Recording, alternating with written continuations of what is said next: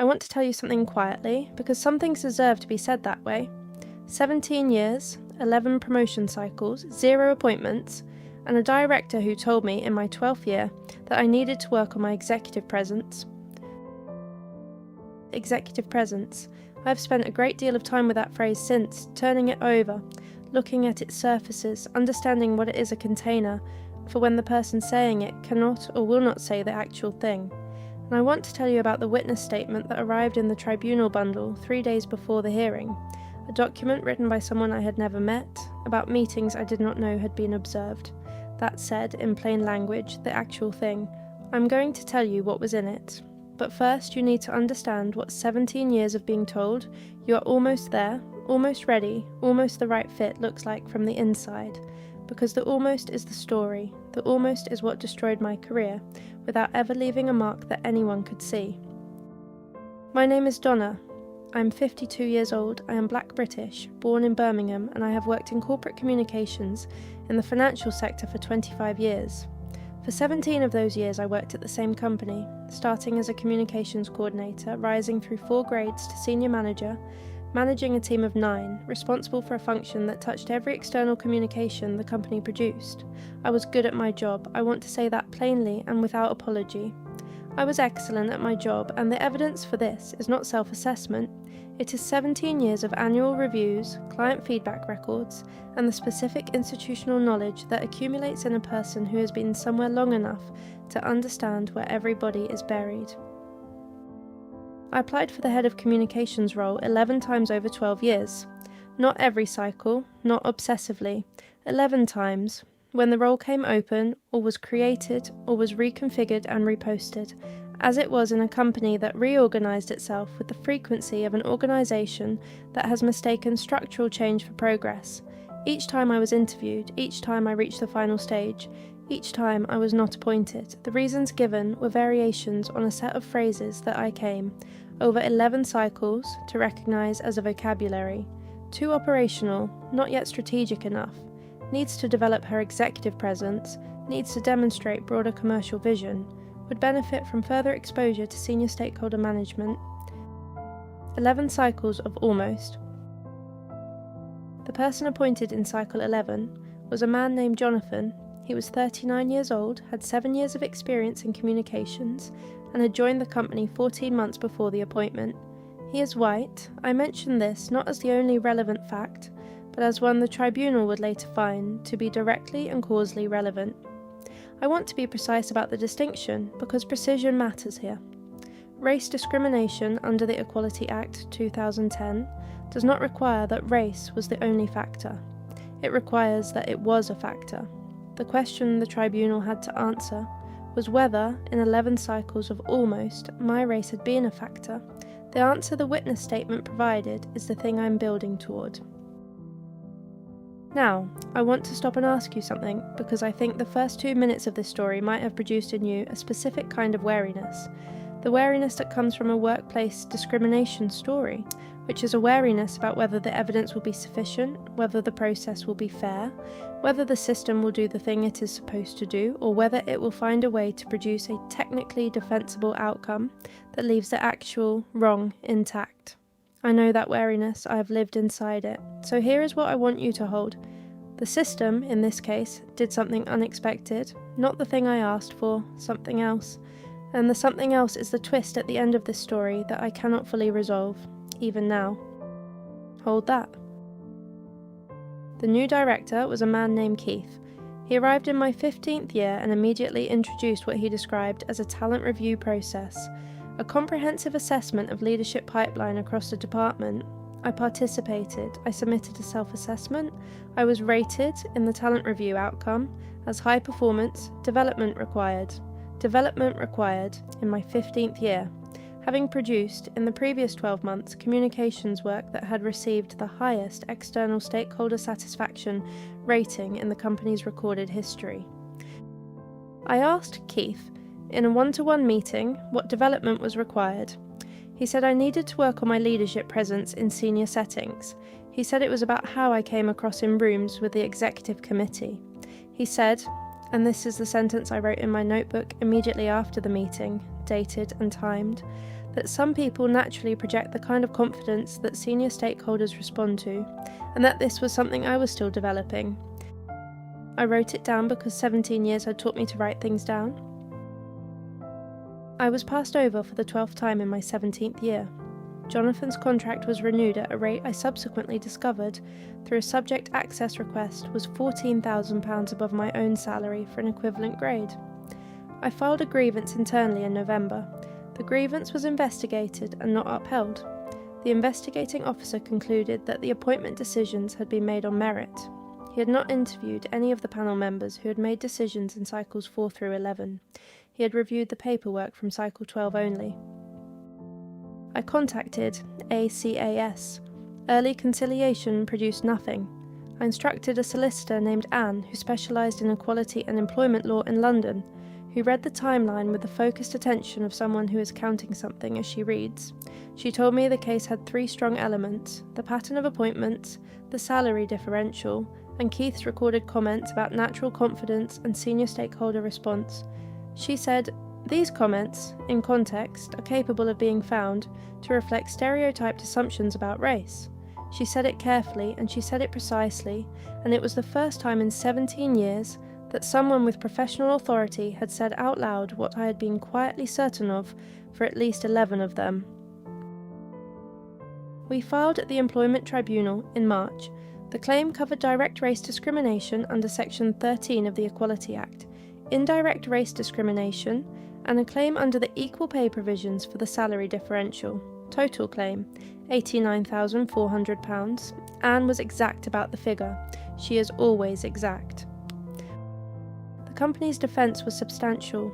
They produced documentation for every appointment cycle, emphasising the objective criteria applied, the diversity of the selection panels, and the legitimate qualifications of each appointed candidate.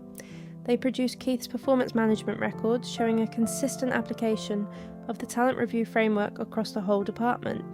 They produced a statement from an external diversity consultant who had reviewed the company's recruitment processes and found them compliant with best practice. 83 pages of documentation that said, "This is not what you think it is." And then they produced their witness list. Keith was listed, Jonathan was listed, 3 members of the appointment panels were listed, and one other name, a name I did not recognise, a man named Philip, described in the bundle as a former non-executive board observer who had attended executive committee meetings in an advisory capacity during years 12 through 15 of my employment. I did not know Philip existed. Anne did not know Philip existed. We had not included him in our disclosure requests because we did not know to ask for him. The company had listed him, I later understood, from Anne's reading of the situation, because they believed his evidence would support their position, that he had observed the senior stakeholder meetings and could testify to the professional assessments made of the communications function. They miscalculated. Philip's witness statement arrived in the supplementary bundle 3 days before the hearing. It ran to 12 pages. I want to tell you what it said, not all of it, the part that matters. Philip had attended 47 executive committee meetings between my 12th and 15th year. In his statement, he described observing a pattern of interactions between the executive committee and members of the communications team. He described, specifically, a meeting in my 14th year in which Donna, and he used my name, in a document that would now be placed before a tribunal, had presented a communication strategy that had been well received by the client stakeholders present.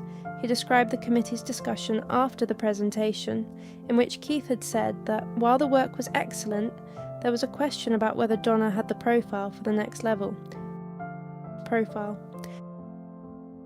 Philip had asked Keith, at the time, what he meant by profile. Keith had said, and Philip had written this from notes he had made contemporaneously, as a governance habit of 40 years, that there was a certain kind of credibility in the market that the company needed its communications head to carry, and that this was partly about relationships and networks that took time to build. Philip had written in his statement that he had not raised the exchange at the time, because he had not been certain of its significance. He had raised it now because he had been asked to provide a full account of what he had observed, and a full account required including it. a certain kind of credibility in the market. Anne placed the statement on the tribunal table. The employment judge was a woman named Caroline. She read it in sequence without expression, in the way of someone who processes important documents by making their face as still as possible. Then she looked at the company's barrister and asked, "Can your client clarify what is meant by a certain kind of credibility in the market, and whether this assessment was applied consistently across candidates of different backgrounds?" The barrister asked for an adjournment. Caroline gave her 30 minutes. The company's position shifted during the adjournment. Not a settlement, not yet. A revised witness statement from Keith, submitted after the break, which expanded on his original account and attempted to contextualise the profile comment as a reference to sector-specific network experience, rather than any personal characteristic. Anne challenged the revised statement on the grounds that it had not been disclosed prior to the hearing, and requested that Caroline treat it with appropriate weight. Caroline agreed. She also did something I did not expect. She asked Philip a question directly.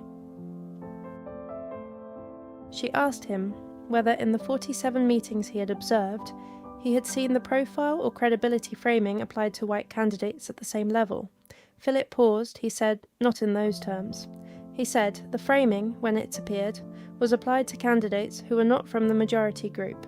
He said it precisely, and he said it with the specific discomfort of someone who has been holding a truth carefully for 3 years and has now been asked to set it down. The tribunal panel deliberated for 3 days. Caroline's judgment was precise, and she was honest about its limitations. She found direct race discrimination established on the balance of probabilities in relation to cycles 10, 11 and 12, the 3 cycles for which Philip's evidence was most directly relevant. She did not find discrimination established for earlier cycles, on the grounds that the evidential record for those cycles was insufficient. She found the equal pay claim established in relation to the salary differential with Jonathan. Partial win. Compensation awarded £38,200. Injury to feelings at the upper vento band, lost earnings differential, and a recommendation that the company undertake a full review of its leadership appointment processes with independent oversight. £38,200. For 3 cycles, not 11, 3. The 8 cycles before Philip's period of observation remain, in the official record, unresolved. The pattern I lived through for 12 years before he arrived to watch it is not in the judgment. It is in my notebooks, it is in my memory, it is nowhere that carries legal weight. I want to tell you about the mirror detail, executive presence. The phrase Keith used in my one-to-one meeting, which I wrote down on the same day in a notebook that I still have. Caroline's judgment referenced that recorded exchange in her findings. She described it as consistent with a pattern of applying subjectively framed criteria in ways that disadvantage the claimant on racial grounds. Executive presence in the judgment with a different weight entirely. Now here is a twist. Well, the thing I promised you at the start, the thing I cannot resolve. Philip submitted his statement because the company listed him as a defence witness. They believed he would support their case. They had not, apparently, read his notes carefully enough to know what he had written down in year 14. They handed us the evidence that won 3 of the 12 cycles by listing a witness they had not adequately prepared. Without Philip, the case would have been significantly harder to win. Without the company's own decision to call him, I would not have had his statement. The partial win, £38,200, 3 cycles, the recommendation, came from the company's own miscalculation, not from a system that found the full truth, from an error.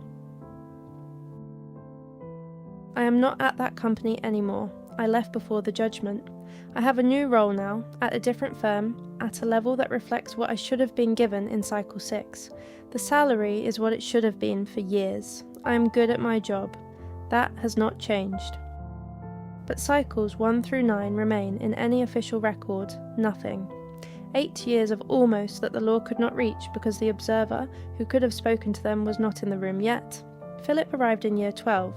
The discrimination, or what I know, with the specific certainty of having lived it, to have been discrimination, started in year 4. Here is what I want to ask you, and I want you to sit with it before you answer. If you had been Philip, if you had been in those 47 meetings, writing your governance notes, watching a pattern you had named to yourself but not to anyone else, at what point would you have said something? Would you have waited to be asked? Would you have raised it in year 14 when you first wrote it down? Would you have found a way to put it on the record without being listed on a witness statement by the party that misread its own evidence? I am not angry at Philip. He told the truth when he was asked. But I think about the 8 years before he arrived, and I think about all the rooms where things are observed and written down in governance notes and filed carefully away, and I wonder how many of those files contain a truth that nobody has yet asked the right question to release.